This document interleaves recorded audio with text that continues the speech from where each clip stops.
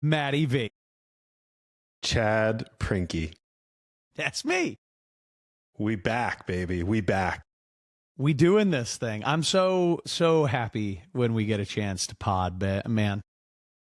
I'll tell you what. I'd like to start the pod by arguing. Actually, believe it or not, I know that's not normally my thing, but that's how I'd like to start the pod today. This is my love language. I know, and good. Then I'm doing the right thing.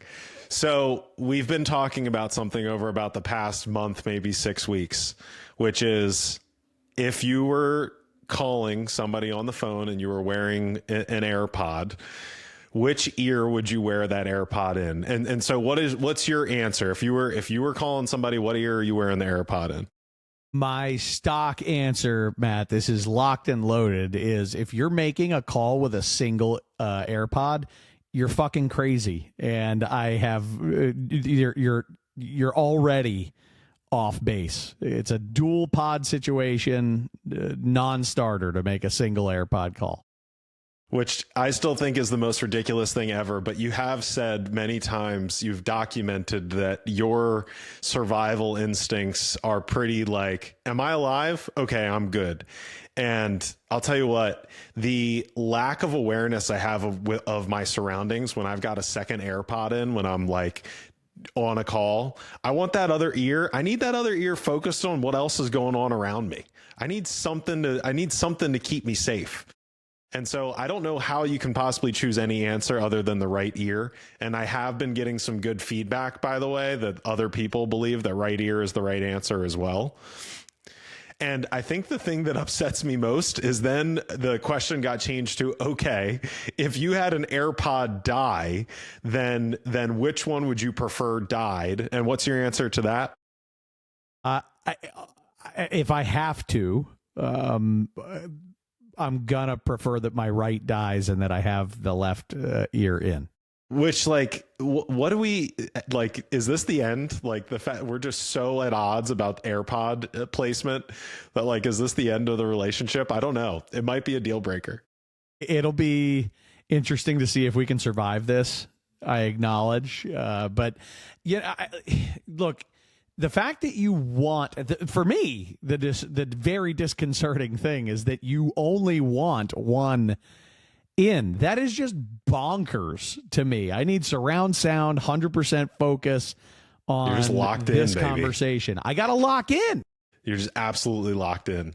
I'm locked in. Doesn't matter who I'm talking to. I'm 100% locked. In. Yeah, I don't want to be hearing anybody. A kid's crying. Suck it up. Figure it out. I'm on a call. I'm fully focused. Matter of fact, I have noise canceling on because I got the pros. It is very damning against my case that if you're watching this, I am wearing both AirPods right now. So it is pretty damning that I'm doing that right now. But hey, for those of you that are listening, if you want to email me, especially if you're right AirPod people, go ahead and email me and let me know, and we'll keep building up our army against Chad. I'm okay being on the wrong side of this in historical context. I'm fine with that, but I do want the record to show that single pod users are not they're not fully present, which I know is like, that's just going to drive Matt nuts. I know you're going to drive me absolutely nuts with that. I love it though. They're just not fully present. I don't know. What we'll work through it. We'll work through it. It's going to be all right. We're going to work through it. Yeah, I think we'll make it. I think we'll be okay. How have you been, buddy? I'm doing good. Doing real good. Lots of good stuff going on at work. Lots of good stuff going on at home. Ravens are on a 5-game win streak, so I'm doing real good. We haven't even talked about Ravens Steelers in a while, but long way to go. Long way to go. Long way to go. You never know. It's a long way to go. The Ravens are on perhaps the least impressive heater I've ever seen. Yes. Maybe only beaten by the 5-game win streak the Ravens had, or the 5-game streak. It actually wasn't even a win streak in 2000, the Super Bowl year that they only scored field goals for 5 straight games.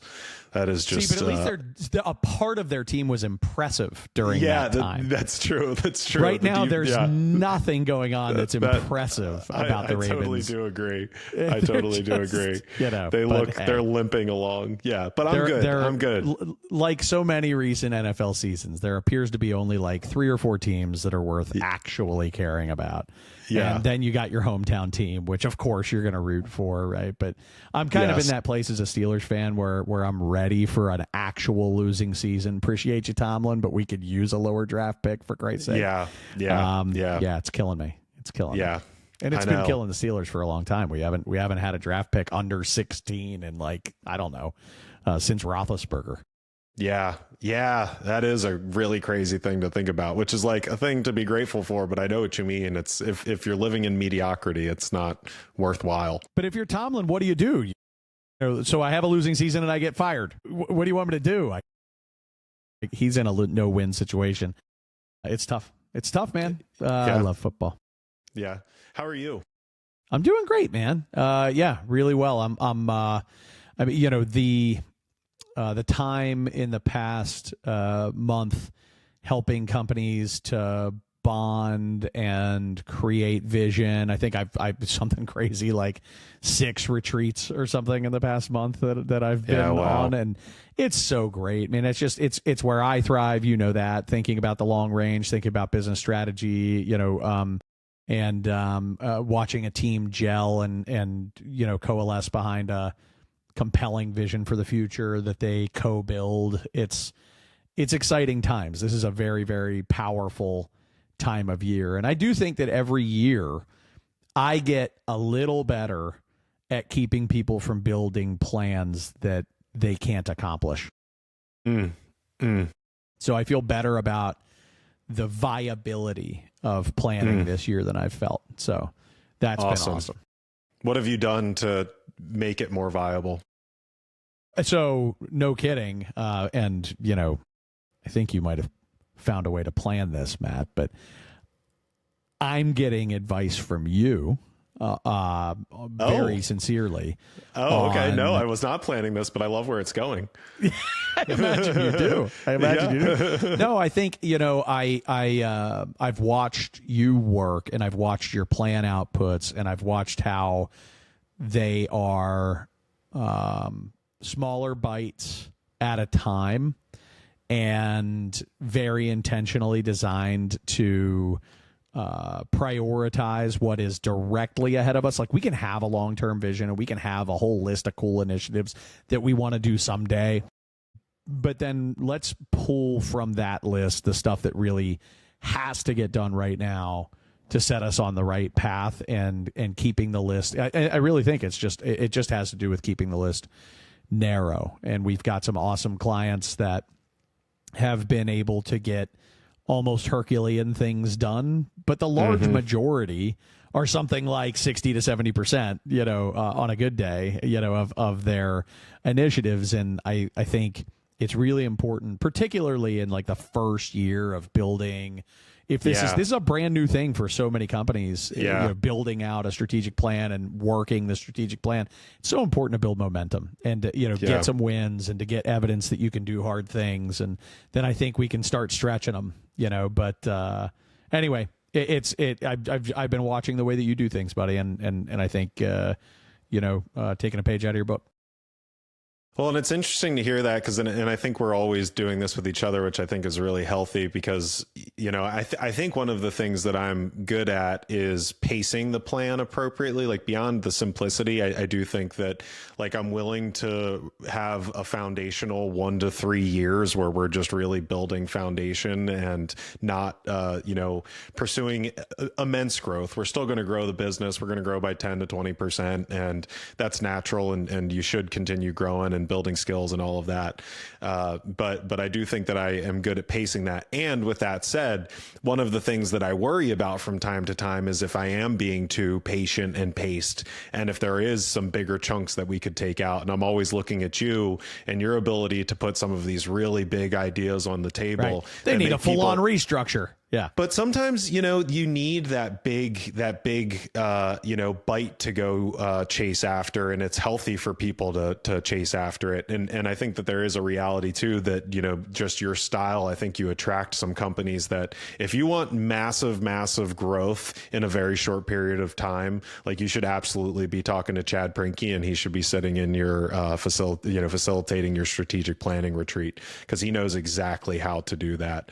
And if you are trying to build the foundational components of your business and be in a place where you can start experiencing that massive growth, then talk to me and our other consultants. And I think there's something there that is very true as well. I think that's probably fair. I tend to have a natural predisposition for you'll figure it out. Right? Like let's heap it on. You'll figure it out. Yeah. And some do and some don't. And the ones that don't really should not have pursued growth. And I've mentioned this on the show before, and I certainly have talked to you about it. I've been doing this for a long time, and I have way more stories than I care to admit of growing to helping companies who wanted to grow to their own detriment. And I have gotten much better at recognizing the warning signs and pulling back and not allowing, not encouraging it. Obviously I'm not in charge, right? But like not encouraging their growth before certain things occur.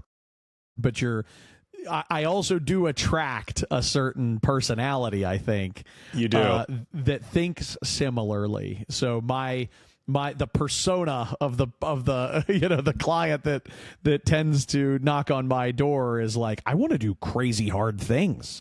You're like, and I'm perfect. like, oh, I love that. Let's go do crazy hard things. And I have also, obviously wouldn't be in business and be enjoying all the success that we have at Well Built if I didn't have a heap of success stories, along those lines too, right? But I do think point that I'm really making is even for those ones that are ready, that is for hardcore growth activities or major shifts, there's still wisdom in biting off the appropriate amounts and not overloading your team, because some of the success stories that we've built have also come with more sleepless nights for employees and worse work-life balance than needed to be if we didn't go quite as hard, just more bumps and bruises along that journey. If we did, what would the difference have been if we got there and 6 months later than we got there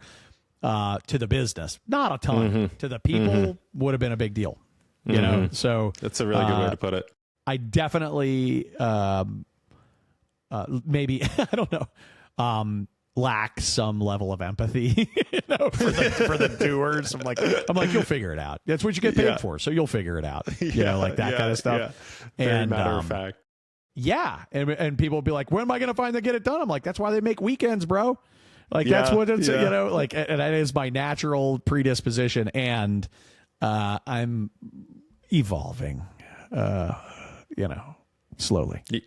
You're great. You're great. You're a maximizer. That's how I described you. You're a maximizer. Yep. I think all of that is a great transition into what we're talking about for today, which is really starting to get into what does the construction industry look like in 2026? How can you go capitalize on it? What are the kinds of trends that you need to be looking out for? So Chad, do you want to introduce that topic a bit more for us here before we get into it? Sure. Well, first off, I just want the record to show that we will delete this episode if we're wrong on our prognostications. Smart. That's right. That's we'll always what we do. Yep. We sweep it under we the always rug. kill the stuff where we were wrong. Rule number one: never admit your failures. Yep. Right? Yep. Good. Write that down. Hardcore kidding. but yeah. Anyway. But I am always nervous about like prognostication and putting out there what I think is going to happen. At the same time, just the disclaimer is this is what we think. This is as we talk through it. These are some of the things that we're seeing coming down the line, and I'll do my best as we talk personally about talking about my degree of confidence in some of the things that we're discussing, like what things I would say you can put in the bag, and what things I would say that you should temper your focus on. But the way that we're going to go through it is in the same way that we organize our work with our clients, which is into the 5 buckets of their business, which are their get work function, do work function, support work function, their culture, and their overall business strategy. So as we talk about what's coming down the line in 26, what Matt and I thought would be a good way to organize the conversation would be to talk about what we see coming down the line that will impact each of those business functions. So where do you want to start, Matt, and what do you see coming? Awesome. We might as well start in the same place that everything really starts, which is with our business strategy, baby. It all starts there. Yeah. So what do you see coming down the road in 26 that companies should be thinking of when it comes to their business strategy? I think that the first place to start, to me, has to be with the market and what the market looks like it's going to produce in 2026 and what's going to be available to you out there. And the best way that I've known how to describe, frankly, the last probably 12 to 18 months and the 12 months ahead really is the word uncertainty. And that has come from a couple of different sources. There were months at the beginning of this year in 2025 where the Architectural Billings Index was down, which is typically a leading indicator for construction project starts to be down. Yet there was so much RFP activity despite the AIA, the ABI being down. And then I remember reading Construction Dive back in June or July, and I could be transposing, the exact results here or whatever, but the point remains the same. 2 massive publicly traded contractors in Floor and Kiewit released their earnings reports a week apart. And I don't remember which one was which, but again, the point remains the same. One of them said, we're bullish. Our backlog looks the best that it's ever looked. And the other said, we're actually in a pretty negative backlog position. We don't love the look. We're adjusting down our projections as a result. And it was these 2 massive companies, multi-billion-dollar companies in the same week that were reporting very opposite views of the future.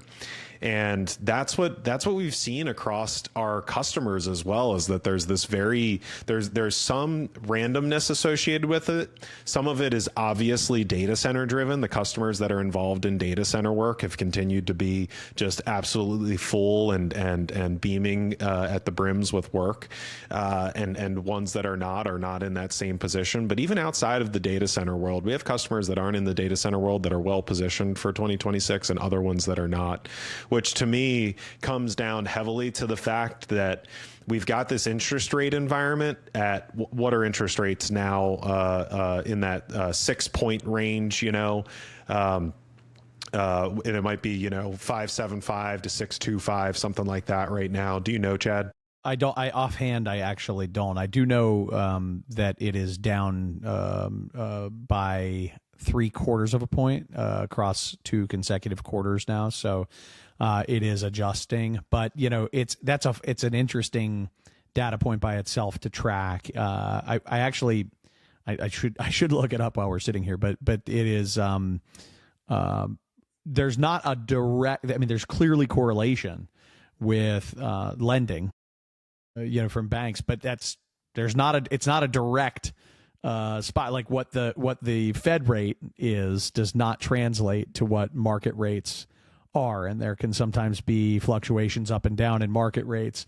Even depending, regardless of the Fed rate going down. But the point stands nonetheless that the interest rate environment has been obviously it was rising all through 22 and 23 in an effort to combat inflation, and then it was steady for the most part all the way through 24 until Q4, right before the election in 24, and then in 25 it's been a very slow decline. An adjustment. And meanwhile, it's not an untenable rate. And I think that's been the most interesting thing that's caused so much uncertainty, is because we think that we make logical decisions as humans, and we ultimately make much more emotional decisions than we realize.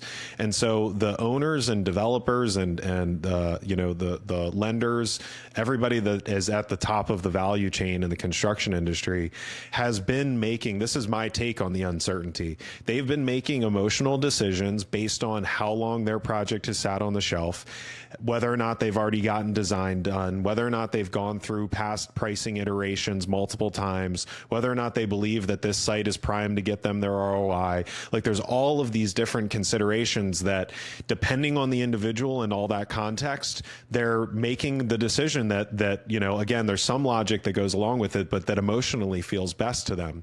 And that's significantly different than 2021, where it was a no-brainer to go forward with projects. It made it really easy. The lending environment made it really easy to say. And so I think that we've just seen that there's this human element that's been involved with what projects have been going on. And I'll tell you what, that I just really do think, to bring it to what, I think 2026 is going to look like, I think it's going to be the same. I think it's going to be the same where projects should increasingly get off the shelf because of the reductions in the interest rate, but it's still not going to be a massive, like when you've got ice in the bottom of a cup and you're trying to get the one piece of ice out and then all the ice hits you in the face. Like, we're still not going to get that where everything all of a sudden is rushing down the pipeline, but that there is going to be work that's available that you really should take a good hard look at getting a couple of anchor projects in the door so that you at least know that you're set and secure for the year. But beyond that, there's going to be a significant amount of uncertainty. And then I feel really good about the environment in 2027 and beyond because of some of the reports that have been coming out from Dodge and some other reports about project planning starts that have happened over the past couple of months. So how does that square with what you're seeing and your take? Because I know how much time you spend studying this stuff as well. Yeah, I think it's a good rundown, man. I no significant changes to what you just said. I think my simple narrative is that new starts overall were up in 25 compared to 24. New starts will be up again in 26 as compared to 25, with the exception of the data center environment and energy sectors to support the data center environment. I don't anticipate any particular sectors being on fire, though, we rarely anticipate those things as they start to creep up, and it's like, man, how did we not see that coming? Yeah, well, yet we always don't see something coming. I was having a conversation a couple of days ago with a fellow who was like, when my company decided to get into data centers in like 2006, I was like, this thing's going to peter out by 2008. Wow. And he was like, I've never been more wrong about a thing. And so that is the problem with predicting. But overall, I think, continued steady progress. 25 was good compared to 24. 26 will be better than 25. And I also believe that primacy and recency matter, and that our experience, unless you were building like restaurants and hotels, in 2021 and 22 was exactly what Matt's describing, that it was such a free money environment and just a crazy free-for-all with activity. That was an anomaly, and yet it's still close enough that we keep comparing to it. You know what I mean? Totally. We keep being like, it was not like it was in 22, kind of thing. And again, it depends on the sector you were in there. If you were in horizontal construction during that time, it was pretty dead, by the way. But at any rate, there's a bias that we have that the years are not good, right? But if you look at 25 compared to 24, it was pretty darn good. It's pretty darn good. And if you look at 26 and everything that is projected, what I am seeing in general is our clients have better backlog moving into 26 than they did moving into 25.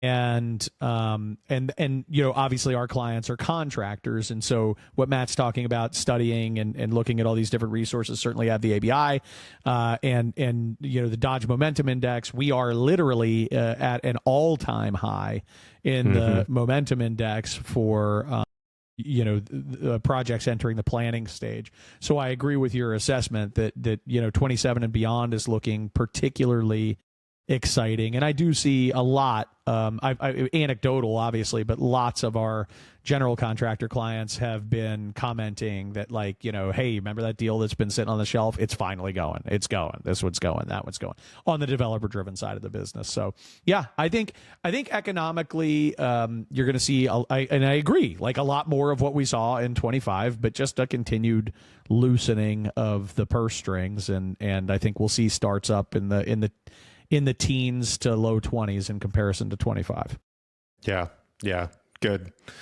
I like it. I think that's a good rundown on it. And I have a little bit more to add on business strategy overall. I was going to say, please do. Yeah. One theme in general is doing more with less on the entry level personnel front. And I think that is going to be, we're seeing that across all sectors in our economy. There are definitely larger corporations that are better positioned to automate and routinize administrative functions than the average contractor that is, 22 employees, right? So I think it's going to be a like so many trends, construction will be a laggard in this trend. But for sure, there should be some consistent thought around how you can reduce your reliance, reduce your head count. Here's a different way of saying it. Decouple your growth from your head count, right? Be able to grow without growing bodies in lockstep with I've had more conversations about labor efficiency and labor efficiency measures that in the past strategic planning cycle than I think I've ever had. Awesome. Yeah. Good metric for that, by the way, is to look at either revenue per employee or gross profit per employee or net profit per employee and gross see those profit numbers per man hour. Yeah, exactly. Yep. So anyway, just thinking about those metrics. Yeah. And so then are you going to talk about how to do that? Are you going to talk about how to get that, leverage the lower level roles in the organization? I'm so worried we're going to have like a 3-hour episode, Matt. I'm going to say briefly no. I don't think I'm going to get into that immensely, but I'll also briefly give a nod to processes, technology, and we'll probably touch on it more, frankly, as we get into the do work side of the business. Yeah, cool. But just all I'm saying is overall business strategy, more with less, focus on efficiency. That is what the largest contractors in the United States and really probably worldwide, though I don't have as much visibility beyond the U.S., are doing. Yeah, cool. All right. Yep. I tried to open the can, and I'm glad that you kept it closed. Good reserve there, Chad. Thanks, man. I gave you a sniff of what's inside the can. Exactly. Where you want to go next? Do you want to get into Get Work? Yeah. Awesome. So are there any trends on the Get Work side that you think that we can be expecting in the year ahead? I think I'll start with tech to just kind of go from there. The availability of data in your estimating, the amount of data in your estimating department that is and has not been mined for insights, that is a treasure trove of value that can help you in everything from streamlining your estimating machine to winning more work at your target. We are designing AI agents right now, as an example, that are helping companies with pricing strategy. That's never been available before. Mm-hmm. Which is, one example. And obviously, I think, shameless plug, I got to do it. I'm on the board of a tech company that's just doing some really, really cool stuff. Matt and I have been talking with them and helping to advise their company. They're called Ladder. So it's Ladder AI, and they are early stage, but they're developing basically a co-estimator or an estimating agent that would be your partner over top of the development of an estimate for both general contractors and subcontractors. I think, and this links up with the do more with less concept, but I think overall, your estimating in 26 should get faster, it should get smarter, and it should learn based on previous wins, losses, profit targets, busts, the whole 9 yards. And there are opportunities out there to do that today that when we started 2025, we're not there.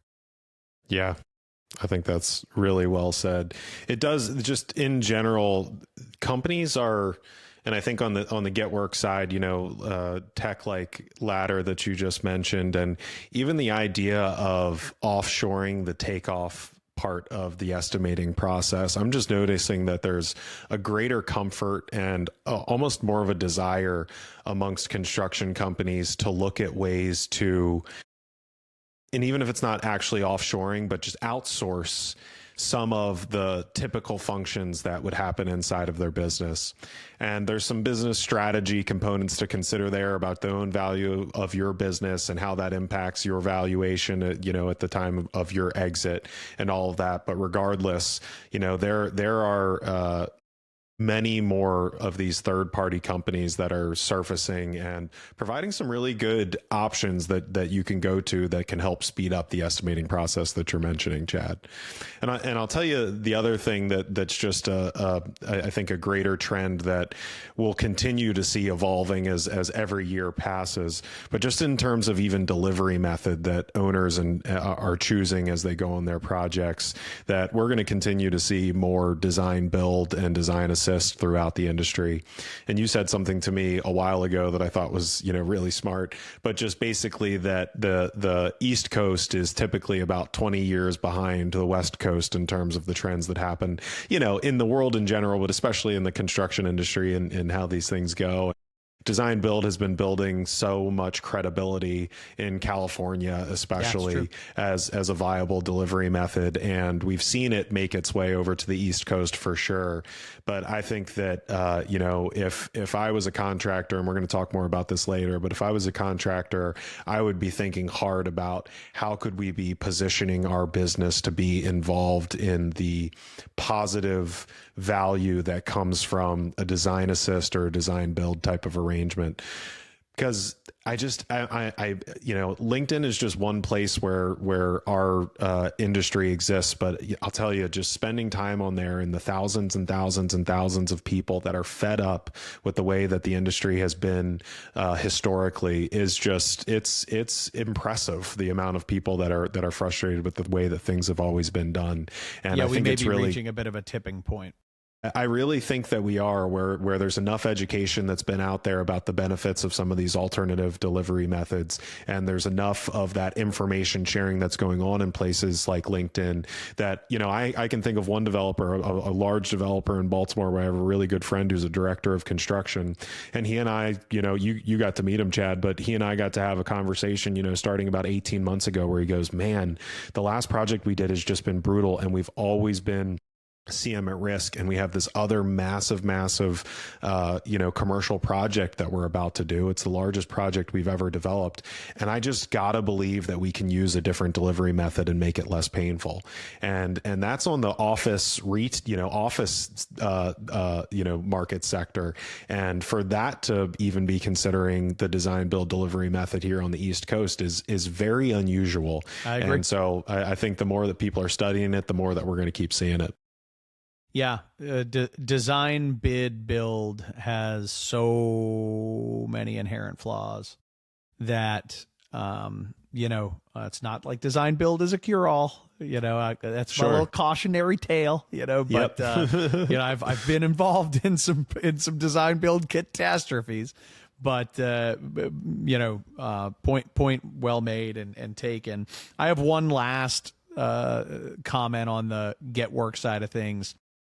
Is that much for the worse of the industry, I do believe that every year that goes on, there is a further departure from relationship-based procurement decisions. I think procurement, has been, and I think that's on both sides of the aisle, where just the buyer and seller is what I mean by both sides of the aisle, where both buyers and sellers have prioritized less relationship development time, trust building time, and things along those lines.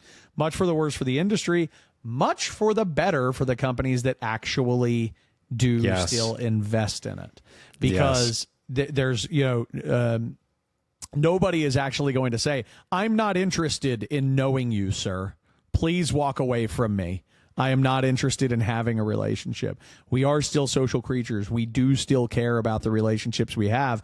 And what I predict is not just in 26, this will be the magic year. It's been happening steadily for 20 years, that in 2026 and beyond, the value of relationships will be greater and the volume of relationships will be fewer.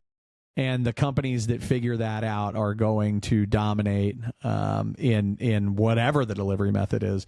They're going to dominate in winning more than their fair share of work, which is, awesome news for our clients, because they are going to freaking eat everybody's lunch. Yep. 1000%. So well said. So well said. All right, good. I think that's a good take for get work. How about do work? What are you seeing on the do work front?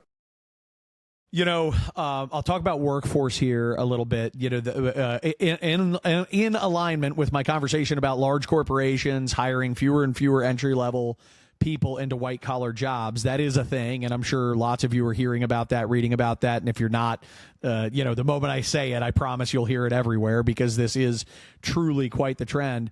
And that's happening because so many of the things that entry-level people do can be done by robots as well or better already, even in the early game that we're in with AI development, which is nowhere near as good as it's ultimately going to be. So what that means for our industry, I think, is really good news. On the frontline field workforce front, where a lot of young people are discovering that a career path in the trades is a great way to get an entry-level gig, get paid $100,000, 80 grand, 75, good money, what they would be getting paid in these other entry-level roles, and not see a robot taking their job, at least for the next 10 to maybe even 50 years, by the time a robot's actually out there doing a full-blown, concrete pour and a full-blown, install. Yada, yada, yada. I think field employees are making a comeback in a very exciting way. So that's one trend on the workforce front. But Matt, I know you have a different look into a different part of the workforce that's on your mind. Yeah. So, from the people perspective on the do work side, I'll just share, we recently had one of our, strategic planning customers that came to our leadership and executive readiness boot camp. The director of operations and their controller ended up coming, and they left after the 3 days just floored by the amount of information that they got and how valuable it was to them. And one of the comments that they made to me after the fact was, we have never done anything like this, and that, oh my gosh, do we need more of it? And there is this dearth of middle managers in the industry that are really ready to step from being project manager to senior PM, just as an example, or even from senior PM to director of project management. That layer right there is underserved in the construction industry, because what's the typical process that we follow? We say, cool, you've been the best project manager, now you're going to manage project managers.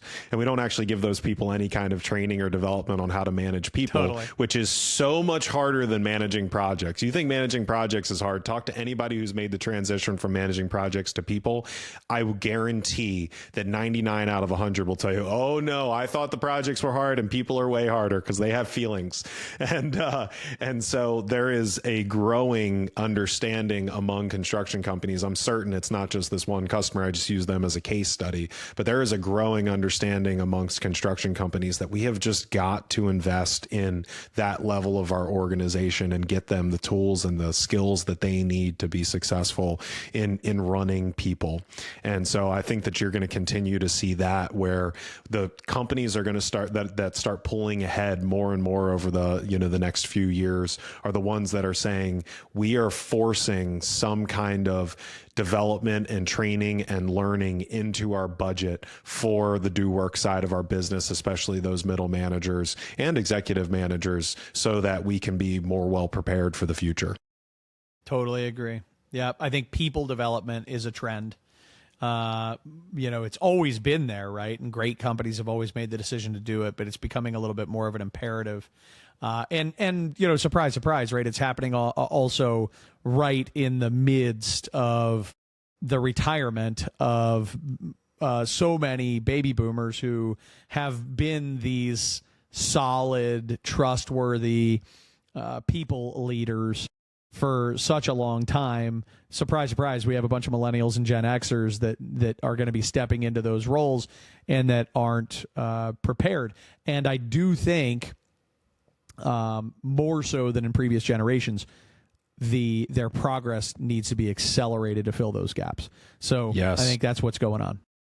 And I think it perfectly segues into the culture bucket on the business too, with the generational changes that are happening in the industry, and that there is just this, it's reaching a tipping point where the millennial and Gen Z generations are the primary generations that are running our projects, whether that's for a general contractor or a subcontractor. And historically, that has not been the case. And that group of people has a totally different understanding of how things get built.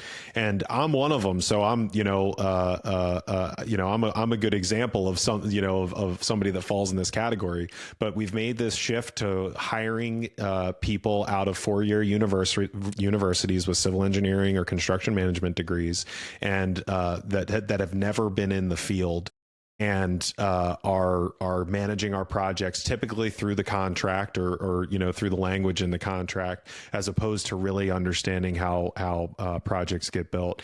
And so I think from a cultural perspective that you're going to see two major trends. One is that you have to combine the new school and old school knowledge in your organizations. You've got to create mentorship programs around teaching the new school generations what it's like to grow up into this industry, and to connect those two sides, the new school and the old school, and not put them at odds, because there are companies that position those two sides as being at odds with each other, and that's going to cause you problems. And the second large trend that you're going to see is that the best companies that end up coming out of not just 2026 but beyond are the companies that are putting field knowledge as a prerequisite for their entry-level employees, that they need to spend some time understanding how things actually get built. And again, that goes to GCs and subs. And I'll tell you what, if you're a subcontractor, I want you to quadruple down on this concept, because I know that the GCs, it's just not as viable for them to easily understand how projects get built productively and how to manage, a very specialty trade contractor. And so you've got to be better at managing your trade than the GC is. And you've got to tell them exactly what the fuck they need to hear and exactly exactly how the fuck we should get this job done, because they need to hear it from you. And the more credibility that you have through the knowledge that you've gained from the other people that you've worked with and just getting out in the field as much as possible is going to continue to be a value for you as you grow. Outstanding. I can't think of anybody better positioned to speak about construction culture, honing that, than you, Matt. I'm going to leave it there. I think that's excellent feedback. Really, really good. Thank you. Thank you. And I think that just leaves, the support work side of the business, which is like HR and finance and, the people that are helping the do work and get work functions to be able to do what they do. And I think to an extent, we talked about that in some ways with training and development has got to be on your radar. But is there anything else that you see from a trend perspective on the support work side? Yeah, I'm going to go with three things that are all kind of interconnected here. It all really comes from one uniting theme, which is the recognition of your data as an incredible asset and the ability that is rising with technology to leverage that data to make more sound business decisions and to make more money. So I am predicting the rise of new overhead roles in small to mid-sized construction businesses. This is not news to the ENR Top 50, but this is absolutely new to the $100 million, to the $50 million, to the $20 million contractor that has not had time or money to be thinking about tech beyond like we have a managed service provider. They handle our phones and computers when shit breaks, right? Like that's their answer to technology. And I can tell you firsthand, I am helping companies to build budgets for technology consulting and for full-time technology hires that have never considered having something like that on staff. And technology is a broad bucket. I'm specifically talking about data information management. So I'm predicting the rise of overhead, whether it's overhead roles or third-party providers, that we're going to see more and more investment in technology, people, resources, and not just for a project, but for the life of the business in a way that really sticks with the organization, because I think that's something that I think that's going to stick around. Number two, I think we're going to see a significant advancement in the overall tech stack inside companies, and that will affect your get work, your do work, sides of the business, and even your business strategy side of the business, but including KPI dashboards and finally time to update that accounting software, because if you want this data, you actually need something that that produces it in a meaningful way, so I see that coming in the support work function.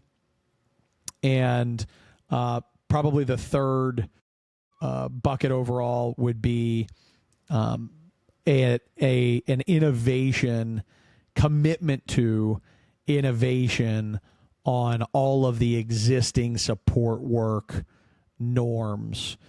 I think as we evolve, one of the things that this industry has failed to do is embrace things like standard operating procedures for employee reviews and employee feedback.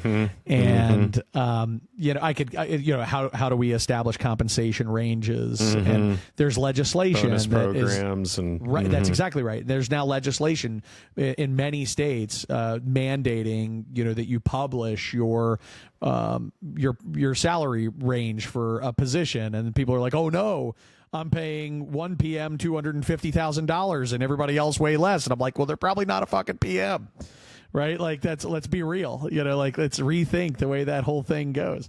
I think we're going to see major innovations along those lines, all in an effort to, advance the support functions in construction businesses to match the professionalism that they are beginning to adopt in how they get work and do work, because they are learning to master their data to be more professionally run companies. So I see that coming down the line, man. I think that is awesome. I think that's great. I really don't know that there's much more to add on top of that. Yeah, well, one of our customers said to me that the data is like shining a light, and that people can't hide when the light is being shown on them. And so the more that you can do to put data front and center in front of your people really is it's so helpful for accountability and everything else that drives an organization to excellence. I agree completely. And as we close out this segment, I think it's important to provide a disclaimer to our audience that Matt and I are both optimists. Yeah, that's very true too. That's very true too, which has served us well. So we didn't just list the 20 things that are going to destroy your company in 2026, but I'm sure there are significant threats that you should be aware of. And on the other side of the coin, for a lot of the things we've been talking about, there are significant threats to be aware of. So, but so much opportunity, so much potential out there, and what an exciting time. That, the threshold for being good in the construction industry is very, very low, and which is unfortunate, and even the threshold for being great is low. And so just the companies that are jumping on this, I think that's why we're so optimistic, is because it's this very, it's this ground that is very ready to be overtaken by the good companies that are capitalizing on the positive things. It really Matt, is. I just spent this afternoon with a general contractor client of ours that brought us in at the end of 2024, and this is not a small company. And at the end here of 2025, they will officially more than double their net profit from last year. How could I not be optimistic? And they didn't do that on the back of extraordinary growth. They did that on the back of operational excellence, culture, hard decisions. Their revenue is only up 10%. Mm-hmm. Fantastic. Revenue up 10%, more than double net profit. Mm-hmm. Fantastic. And the 2026 is laid out to pick up another 20 to 30% in net profit growth from this past year. I mean, it's just, when you do what we do, you can't help but be optimistic. Yep, 100%. We were gonna have an XVY, man, but I feel like our show is super long today. Should we go kind of like fast forward through this topic, or should we hold it? Let's hold it. We'll come back to it. All right, cool. We're gonna talk in a future episode about how to prime your business and get it ready for design build. So let's tease that, and rope you into another episode as a marketing ploy. Is it working? Please send this to your friends. Please send this to your friends. Please. I mean, Matt and I love talking, but we really, really love that you might be listening. So. Yes, exactly. What are you reading, buddy? Oh gosh, I'm such a broken record. Oh my gosh. For anybody that's close to me in my personal. Yeah, exactly. Such a broken record. But yes, I am back in deep reading the third volume of Winston Churchill's 6-volume series on World War II. This one, they all have different names, so it definitely counts as a new book. This one is called The Grand Alliance. I'm deep in 1941 and the state of World War II in 1941, and just overwhelmingly enjoying Winston Churchill's ability to influence and direct. I think that if I had to summarize why I'm getting so much value out of it, it's because he posts so many of his, written letters, because that's how things used to get done as things are happening on the front in World War II. And his ability to influence and direct and accomplish strategic initiatives is very, very impressive. And so I gain a lot from that. And then there is one specific quote that I would really like to read that I actually sent to you, but this was really I thought powerful, and it all came down to this idea that Churchill ended up, in his war cabinet decided that they were going to send a couple of battalions into a theater of the war that was really not. It was extending their resources, and it seemed like it wasn't a good choice to send this battalion there and to overextend themselves in this way. And what Churchill said about it, because it was a successful operation, what he said about it afterwards was, "We often hear military experts inculcate the doctrine of giving priority to the decisive theater. There is a lot in this. But in war, this principle, like all others, is governed by facts and circumstances. Otherwise, strategy would be too easy. It would become a drill book and not an art. It would depend upon rules and not on an instructed and fortunate judgment of the proportions of an ever-changing scene." And so, and I think it fits really well into the 2026 conversation that we just had. Frankly, it fits in almost any conversation. I can apply a Churchill to anything, that, but it really does. That, look, man, the information is changing all of the time, and sometimes what the principles of strategy say is fire that person or hire that person or go into this market. And meanwhile, if it was that easy, we would have a bunch of businesses that did not need well built, a bunch of businesses that are all making over 10% net profit, because there is so much in this ever changing environment of the business scene. And if you can't take that information into account when you're making the decisions, then you are going to fail from a strategic perspective. Damn. I don't have a quote. My book's good, but not Churchill, for Christ's sake. I should have gone you know what? last. I can't read Churchill. You're the Churchill expert. I don't want to encroach on your Churchilliness. I got to find somebody else to dig into. I was actually thinking about this, and like, there might not be in my, I don't even like extended circle, a more credible Churchill expert than myself. And I'm not one to I don't like saying statements like that. Like, I'm not a big pat myself on the back guy, but like, as I think about it, I'm like, I don't know that there's many that could possibly beat me in terms of Churchill knowledge right now that are in my extended circle. So if you want to know anything about Churchill, you've read a lot of shit about the guy. I'm potentially an authority on Churchill. That it's something that we should consider. It's something that I might add to my email signature. So I think I can only say that about like Mario Lemieux or something. Like it's these are the only things about which I'm an authority. I don't know. Cool too. Yeah. Well, inspirational in his own way, right? The cancer in the back and like all that kind of stuff. Yeah. Darn it. No, it's that's awesome, man. I'm reading 1929 by Andrew Ross Sorkin, and it's kind of like the Big Short treatment of the 1929 of Black Tuesday and the great bank failure and the depression to follow. Right. And it's educated me a lot, actually, on what truly led up to it, how it actually worked, not just how my memory worked. Like, in my mind, the stock market crashed and everybody lost all their money and everything ground to a halt immediately. And it didn't. The stock market actually surged, and like in 1930, it had picked up 60% of what it lost in 1929. Like it had recovered dramatically from 1929, but the stock market wasn't the economy.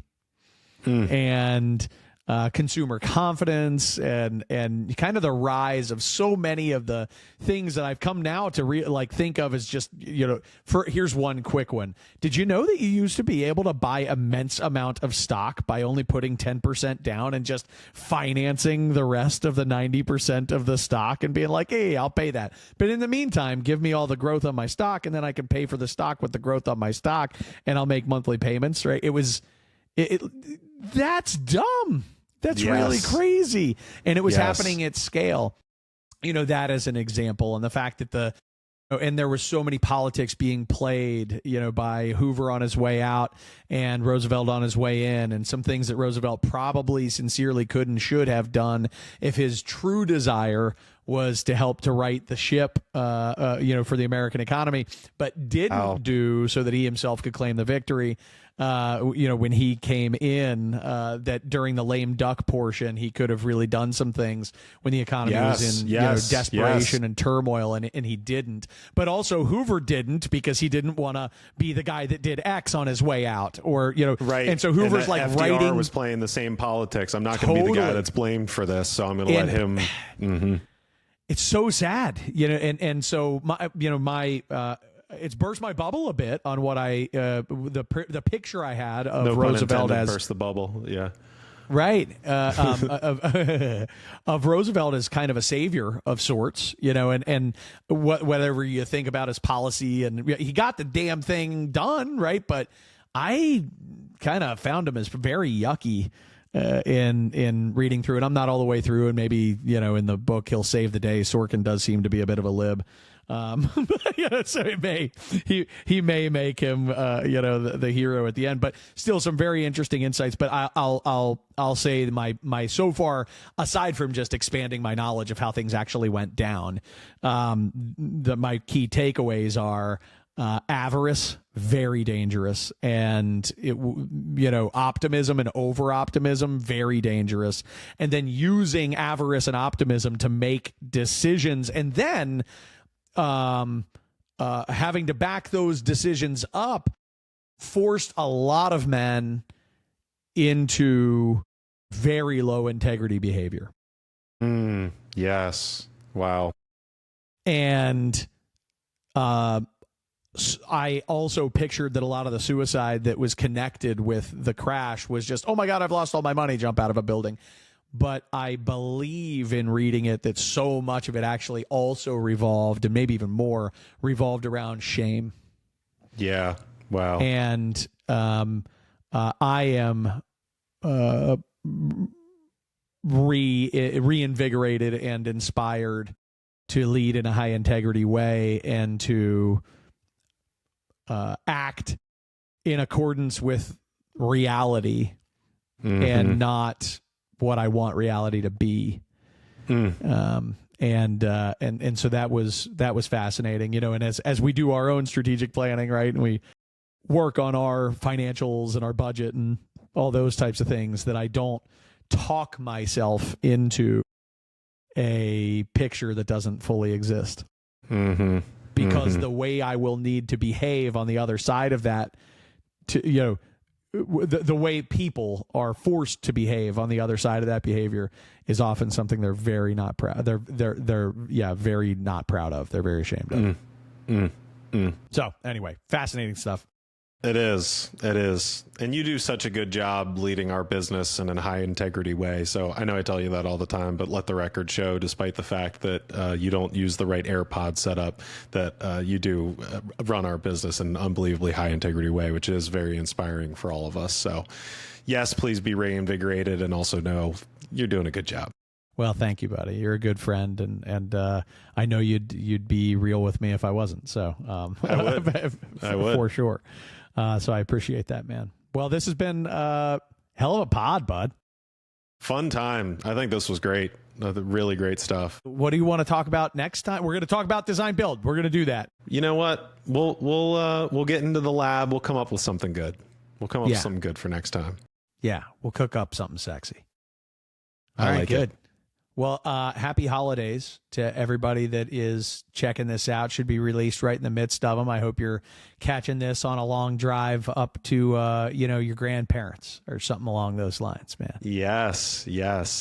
And as always, if you are one of those companies that wants to lead from the front in the construction industry and you're just not quite sure how to do it yet, reach out to us. We promise we can help along the way. Well said. Talk to you soon, Matt. Thanks, Chad. See you, everybody.